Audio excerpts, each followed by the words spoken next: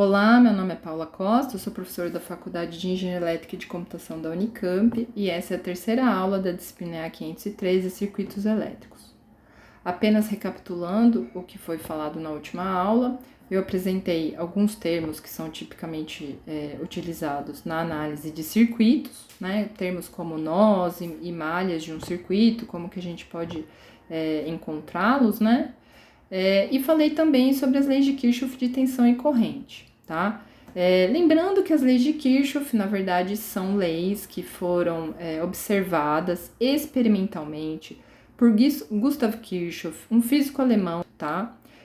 E Kirchhoff tem, inclusive, uma biografia bem interessante, porque as leis de Kirchhoff, né, ou a formalização dos experimentos que ele realizou, acabaram se tornando sua tese de doutorado, né?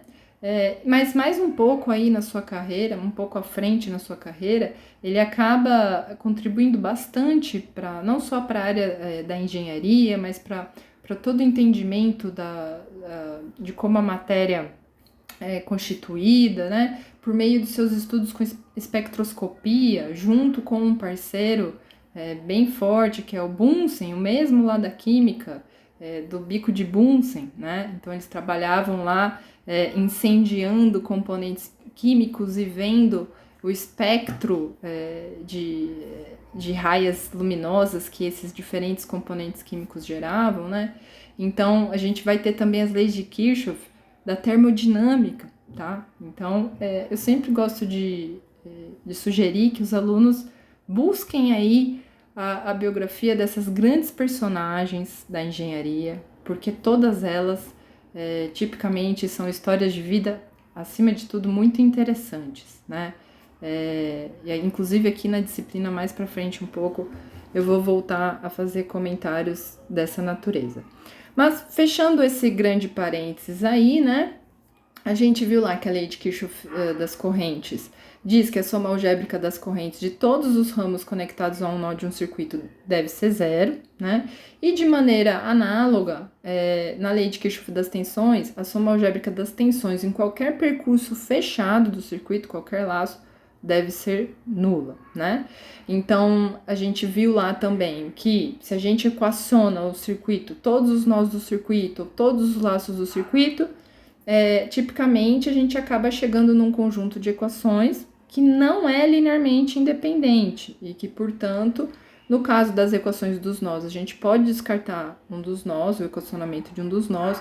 No caso da lei de Kirchhoff das tensões, a gente pode descartar, por exemplo, ou melhor, a gente pode focar nas equações de malhas, porque elas resultam em equações, um sistema de equações linearmente independente, tá? Nessa aula, o que a gente vai falar é de matriz de incidência. Então, ao apresentar a matriz de incidência para vocês, eu já trago uma provocação de como que a gente pode olhar para os circuitos elétricos e abstraí-los como um problema matemático matricial, tá? E aí eu gostaria de destacar que o grande objetivo nessa disciplina não é se aprofundar nessa análise matricial, né? Eu entendo que os objetivos dessa disciplina envolvem muito a compreensão de vocês de como que o comportamento físico dos bipolos se relaciona a uma modelagem matemática e como a gente pode abordar essa resolução de circuitos por meio de métodos bastante engenhosos, né, que inclusive são também vistos em outras áreas da engenharia, tá? Então acho que isso é um grande objetivo da disciplina, né? Mas a gente traz sim algumas provocações de como que esses circuitos podem ser modelados por meio de equações matriciais, porque na verdade eu costumo dizer que os bons engenheiros também são preguiçosos, no sentido de que eles sempre estão olhando para as operações e tentando imaginá-las de maneira mais eficiente, né? E equacionar circuitos elétricos como matrizes e pensar na solução de análise de circuitos como soluções matriciais é uma sacada genial, porque na verdade ela permite que a gente escale o problema. Então agora eu consigo resolver o circuito, às vezes, só por inspeção, eu consigo montar as matrizes de equação, a gente vai falar um pouquinho mais disso mais para frente. Eu consigo agora, computacionalmente, registrar esse circuito de uma maneira bastante eficaz, né? E, principalmente, eu consigo trabalhar com circuitos de centenas de malhas. Então, imagina que vocês querem modelar o sistema elétrico brasileiro. Vocês devem imaginar que esse é um circuito extremamente complexo.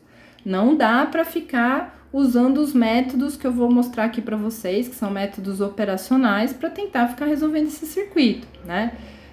Então, no fundo, vocês vão ter uma compreensão aprofundada dessas operações e de como que elas funcionam, mas se vocês forem trabalhar com isso no futuro, com esse tema específico, vocês, no dia a dia, com certeza, vão estar usando ferramentas computacionais que se baseiam nessas questões, tá?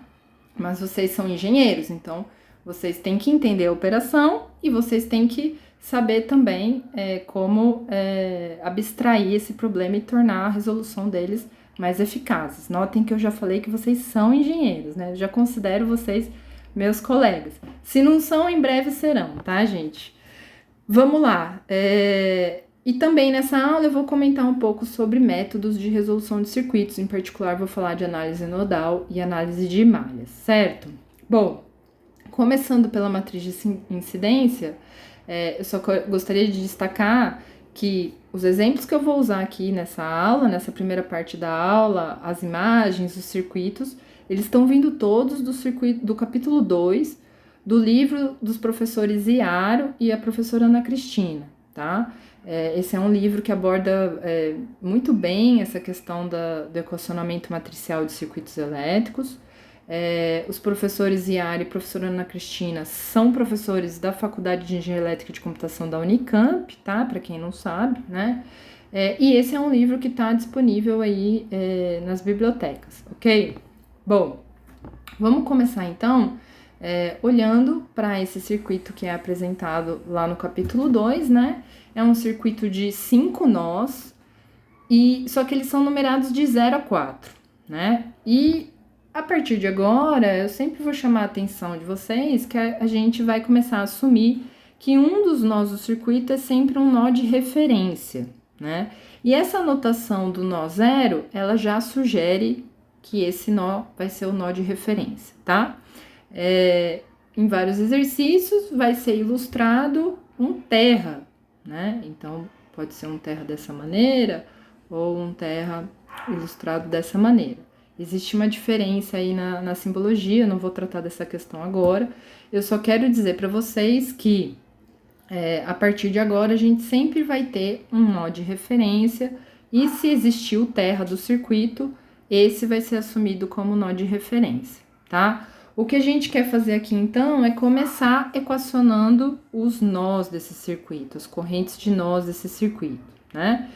Para fazer isso, eu vou assumir como convenção que correntes que saem do circuito, elas são positivas. Desculpa, correntes que saem dos nós, né? São positivas. E correntes que entram nos nós são negativas, tá? Essa vai ser a convenção que eu vou adotar. Eu vou tirar meu rostinho daqui, porque agora eu vou acabar tampando a câmera.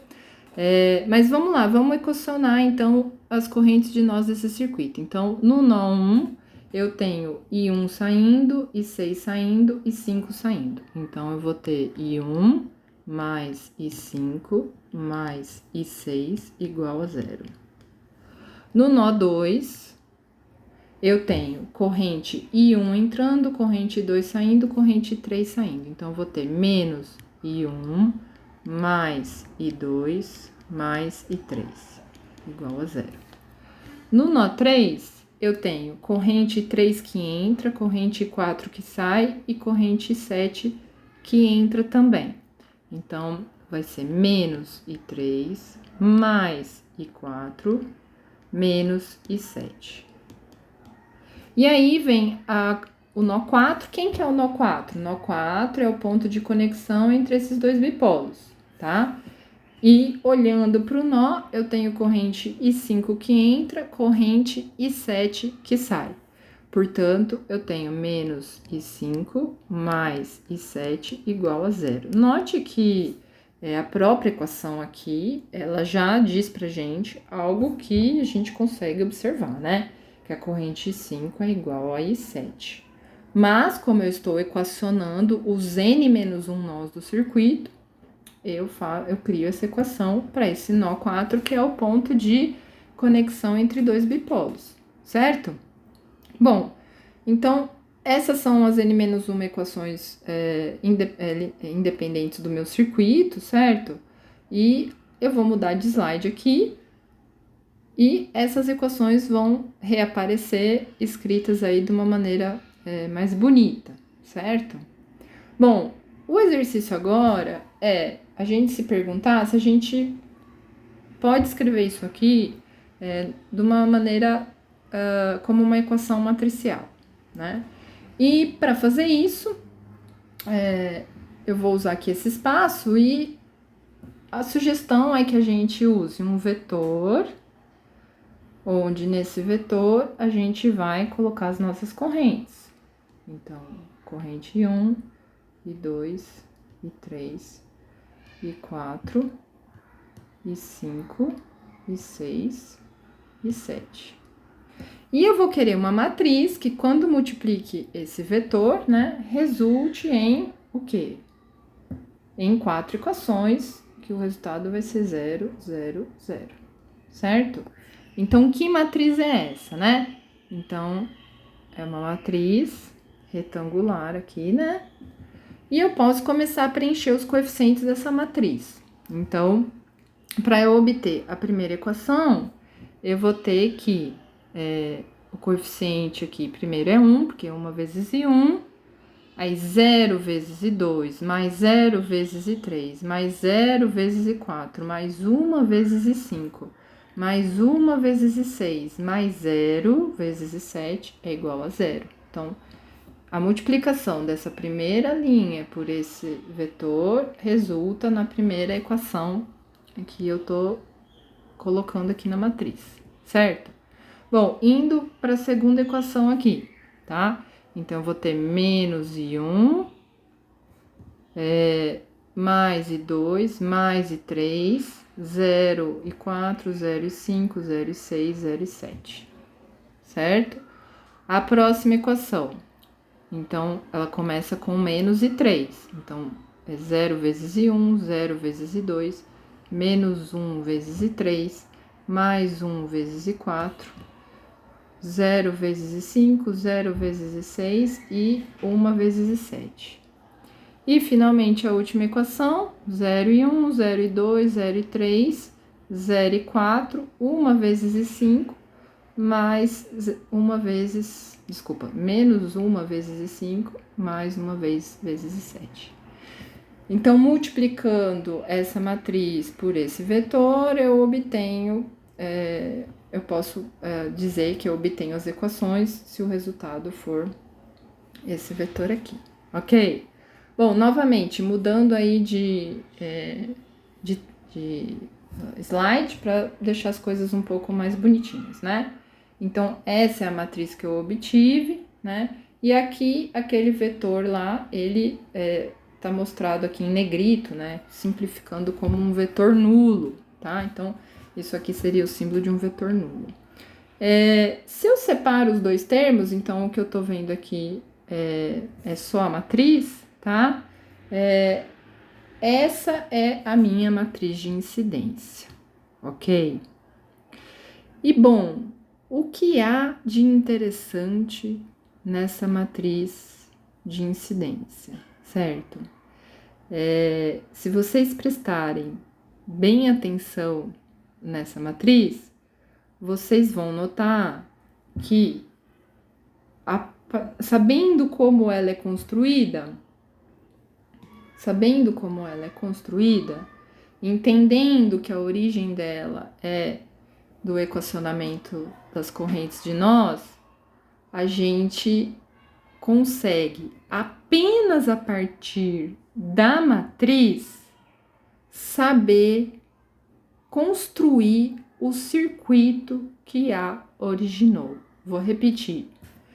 Apenas olhando para uma matriz de incidência, eu consigo recuperar a topologia do meu circuito, eu consigo desenhar o circuito que originou essa matriz. Por que que eu consigo isso?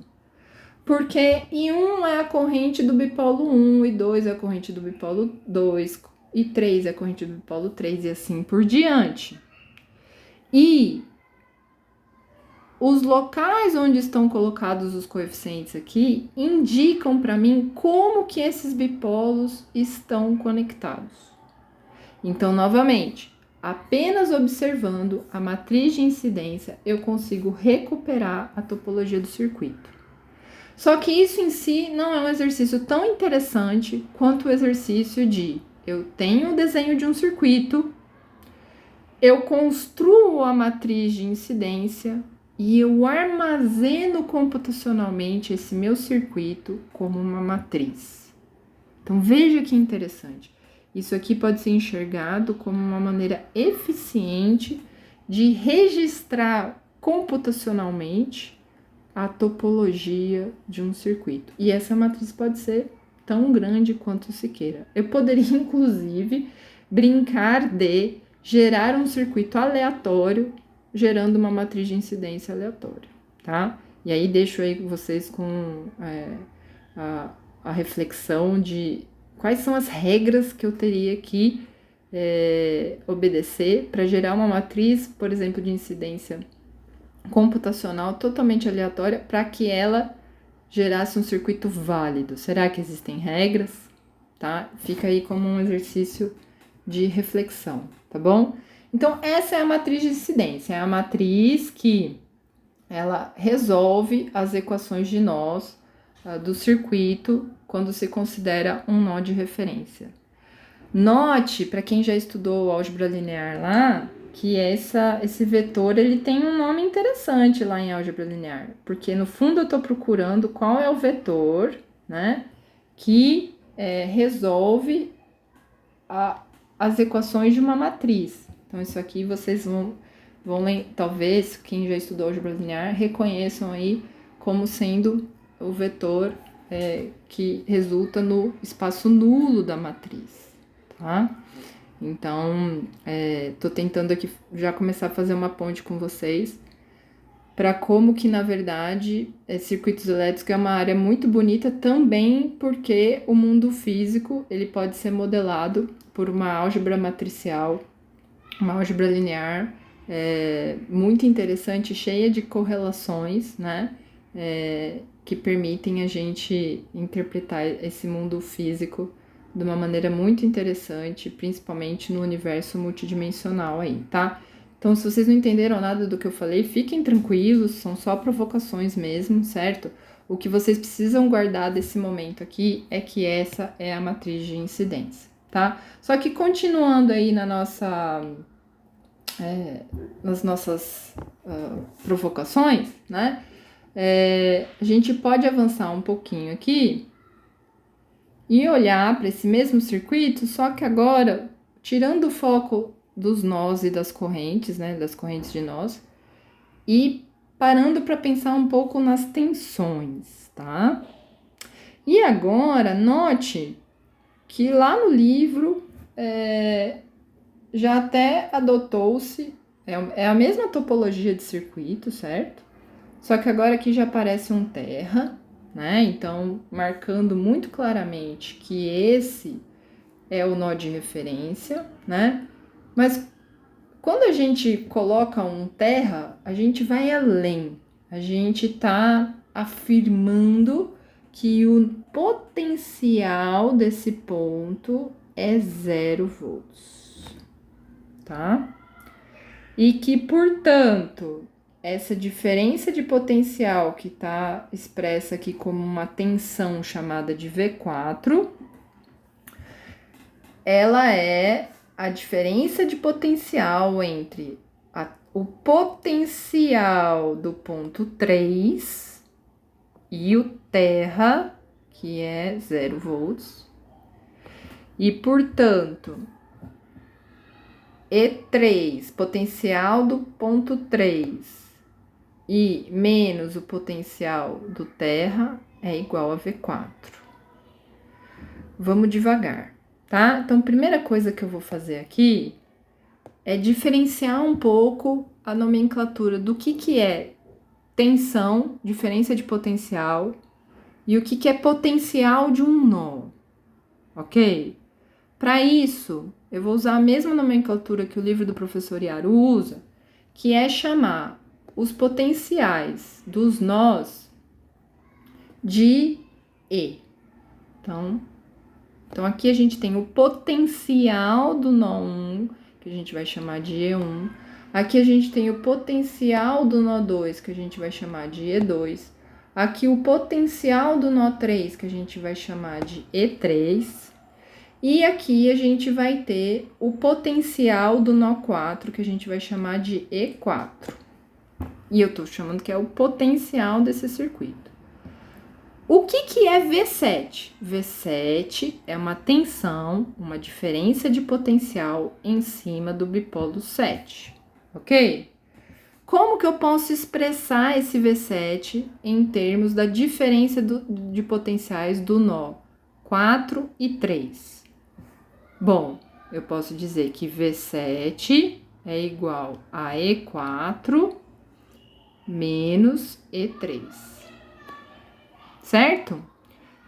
Vou tentar mostrar para vocês onde a gente quer chegar com isso. Significa que, lembrando, o terra é potencial 0 volt, certo? Bom, se eu pegasse um voltímetro e conectasse a ponta de prova negativa do voltímetro aqui no terra, aqui tá o meu voltímetro, e a ponta de prova positiva aqui no meu E4, o que eu mediria? Eu mediria o potencial do E4 menos 0, que é o do terra. Então, eu mediria, na prática, E4. Eu conseguiria medir esse potencial do nó 4, certo? Aí, eu poderia pegar o mesmo voltímetro e medir o potencial em relação ao nó 3 aqui. Então, eu pego o voltímetro e meço a diferença de potencial entre o 3 e o terra. Eu consigo fazer isso. Eu vou estar medindo quanto? E3 menos 0. Eu vou estar medindo E3. Então, se eu tomar essas duas medidas, o voltímetro lá no nó 4, eu meço E4. O voltímetro no nó 3, eu meço E3. Se eu subtrair esses dois valores que eu acabei de achar, E4 e E3, eu vou achar exatamente o mesmo valor que eu obteria se eu colocasse o voltímetro aqui. Ou, se vocês preferirem, aqui. Quando eu coloco o voltímetro em cima do bipolo 7, eu tô medindo a diferença de potencial entre os terminais do bipolo 7. Tô medindo V7. E a maneira de eu obter isso é ou fazendo a medida diretamente nele, ou, alternativamente, eu meço o potencial do nó 4 em relação ao terra e o potencial do nó 3 em relação ao terra. E subtraio esses dois potenciais. Vai dar o mesmo resultado, tá? Então, eu vou apagar tudo isso que eu desenhei, vou repetir a definição. Então, agora, quando eu falar de E1, eu estou me referindo ao potencial do nó 1. Quando eu falar de E2, eu estou me referindo ao potencial do nó 2. Em relação a quem? Em relação ao terra. E3, potencial do nó 3. E4, potencial do nó 4. E aí, o que a gente vai fazer é equacionar as tensões do circuito em relação ao terra, certo? A gente vai conseguir aí obter as equações para os diferentes bipolos, das tensões de diferentes bipolos, baseadas nessas tensões de nós, nesses potenciais de nós. Tá? Opa, fui demais aqui. quero fazer com calma com vocês, tá? Então, assim, quem é V1? Quem é V1? V1 é... Vou tirar meu rostinho aqui de novo. E1 menos E2. Por que é E1 menos E2 e não é E2 menos E1? Bom, porque o próprio desenho do circuito está me dizendo que esse ponto ele tem um potencial maior e esse ponto tem um potencial menor. É só por causa disso, tá? Então, V1 é E1 menos E2. Quem que é V2? V2 é... Cadê o V2? Tá aqui. É o potencial do nó 2 menos quem? Menos 0, que é o potencial do terra. Então, V2 é igual a E2, simplesmente, tá? Quem é V3? V3 é o potencial do nó 2 menos o potencial do nó 3. Então, aqui a gente tem E3. Quem é V4? V4 é simplesmente E3. Por quê? Porque a diferença de potencial desse nó 3 em relação ao terra, que é 0. Então, seria E3 menos 0, que é 0. Quem é V5? V5 é a diferença de potencial entre o nó 1 e o nó 4. Então, é E1 menos E4. Quem é V6? V6 é simplesmente E1, porque ele tá aqui em relação ao terra. E, finalmente, quem é V7? V7 é E4 menos E3. Certo? Então, essas são as tensões do circuito dos bipolos expressas em função das tensões de nós, dos potenciais de nós, tá? Reescrevendo aí de uma maneira mais simples ou mais bonita, eu tenho as mesmas equações que eu acabei de equacionar junto com vocês, ok? Qual é o exercício agora? O exercício agora é pensar em como equacionar essas equações numa forma matricial, tá? Onde nessa forma matricial eu vou colocar de um lado, já estou antecipando aqui para vocês, as tensões, do outro, os potenciais de nós, e vamos ver como que a gente obtém essa matriz, tá? Vamos fazer juntos aí, para que vocês se convençam do equacionamento. Então, de novo, de um lado aqui, eu tenho V1, né? V1, V2, V3, V4, V5, V6, V7. Isso igual a uma matriz que vai multiplicar E1, E2, E3 e E4. Certo? Bom, como que a gente preenche essa matriz aí, tá? Então, a primeira linha, certo? Eu vou ter 1 vezes E1 menos 1 vezes E2, 0 vezes E3, 0 vezes E4. O V2, ele é simplesmente E2, 0, 0. O V3, ele é quem? 1 vezes E1 menos 1 vezes E3. Então, o V3 é 1 vezes, desculpa, E2, né?